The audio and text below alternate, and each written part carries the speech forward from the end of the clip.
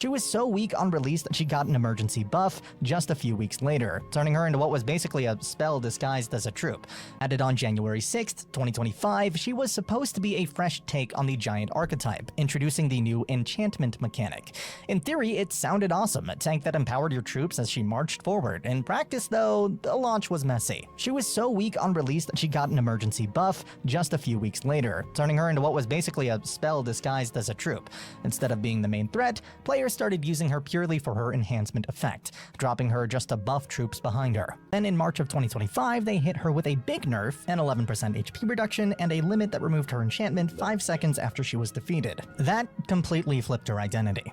Suddenly became a weak support tank that doesn't really do anything well. The biggest problem with the Rune Giant is how dependent she is on other troops. You have to commit a ton of elixir to get any value from her, and even then, you're gambling on her surviving long enough for the enchantment to even matter. There's no real reason to pick her over Giant, Electro Giant, or even Monk if you're looking for that frontline role.